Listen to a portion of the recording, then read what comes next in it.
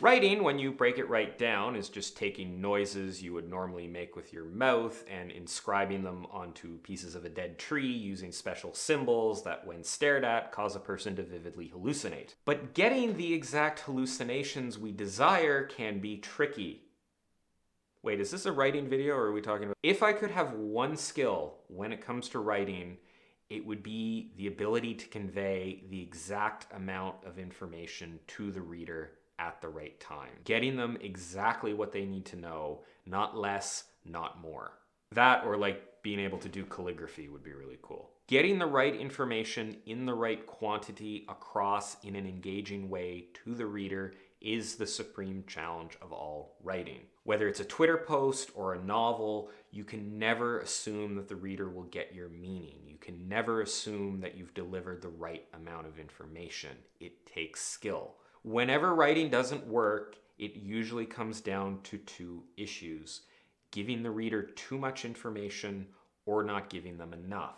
In the first case, the story feels like it's dragging and not going anywhere. The writing might feel heavy and mechanical or overly complex. Curiosity naturally arises out of a shortage of information, and you want the reader to be curious. In the second case, the reader might be left confused or even disengaged. They aren't sure what's going on, so why would they care? They don't even know what they should care about. Ultimately, resolving both issues involves trusting the reader and, to a certain degree, trusting yourself. At least for me, I've often found that giving a little bit less detail than you feel necessary and letting the reader do the rest of filling in the potential holes when they arise. Sometimes it's hard to remove things like an adverb because you're just not sure the reader is going to pick up on the fact that the dialogue was said angrily. Or you might ruin a future twist because you feel your hints weren't strong enough, so you bulk up your hints and make the unexpected twist expected. It's often the subtle details that make all the difference. Good writing does not beat the reader over the head with the story, but I mean, you need to hit them with something. This is ultimately what I think is at the root of the oft repeated show don't tell piece of advice. Directly relating events to the reader lacks subtlety. Every adverb might as well be a sledgehammer emerging from the page to smuck the reader upside the face.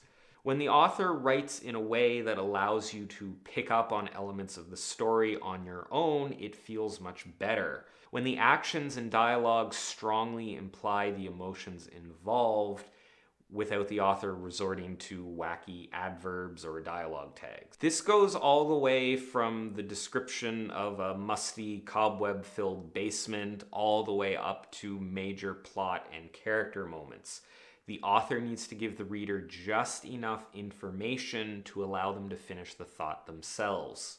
There should be a trail through the vast wilderness of your story, but just enough of a trail for the reader to follow, not one that's demarcated by a giant flashing neon sign. A mystery that is obvious from the outset is not going to be engaging.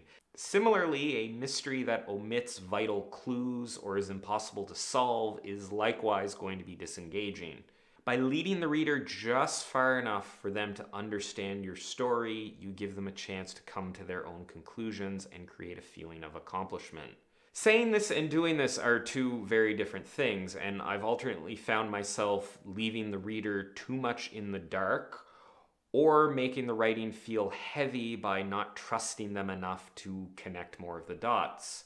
Knowing your own tendencies is important here because the extent of this issue and what side you lean on is going to vary from writer to writer.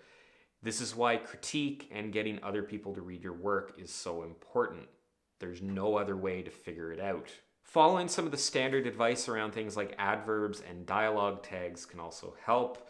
One of the main reasons you should use said and asked as most of your dialogue tags is precisely because of this. Have the dialogue imply how it was said and trust the reader to make the connection. Limiting the amount of introspection or navel gazing that your characters are doing can also help. I think a lot of people lean on this, myself included, because it's an easy way to get exposition across, but it seldom allows a reader to make connections on their own. I think writing relies on a lot of the same intuitions that normal, everyday communication does. There's a stat that people like to throw out that says that 90% of communication is nonverbal, that 90% of the information someone conveys in conversation isn't actually through the words that they're saying. It's through things like tone and body language and posture and all this nonverbal stuff. I think a strong argument could be made that the same thing is true in writing. 90% of your story might not actually be conveyed by the words you write, but rather the inferences that the reader is making. Being able to predict what inferences the reader will make is an incredibly difficult skill to develop, and one that you, as a writer, will spend a lot of time working on.